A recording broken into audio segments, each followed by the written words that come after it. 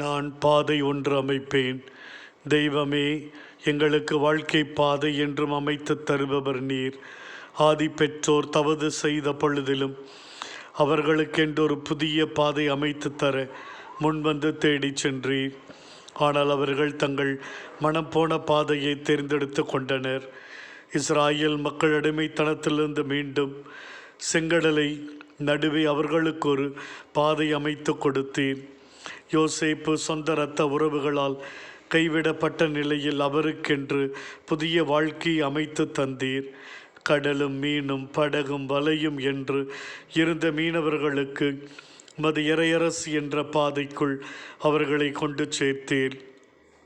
விபச்சாரத்தால் பிடிக்கப்பட்ட பெண் நிர்கதியாய் கல்லால் எறிந்து கொல்லப்பட வேண்டிய சூழ்நிலையில் நீல் அவளின் சார்பாக இருந்து ஒரு புதிய பரிசுத்த பாதை ஏற்படுத்தி கொடுத்து இனிமேல் பாவம் செய்யாது என்று அறிவுறுத்தினீர். தமஸ்கு செல்லும் பாதையிலே சவுலுக்கு நீர் விண்ணகம் அமைக்கும் பாதையை காண்பித்து கூட்டிச் சேர்த்தீர். எங்கள் வாழ்க்கை பாதையையும் உமக்கு நாங்கள் ஒப்புக் கொடுக்கிறோம். நாங்கள் நீர் என்றும் எங்களுக்கு காட்டும் பரிசுத்தமான விசுவாசத்தின் பாதையிலே ஒவ்வொரு நாளும் நாங்கள் நடைபயில எங்களை அனுதினமும் வழி நடத்தியருளும்.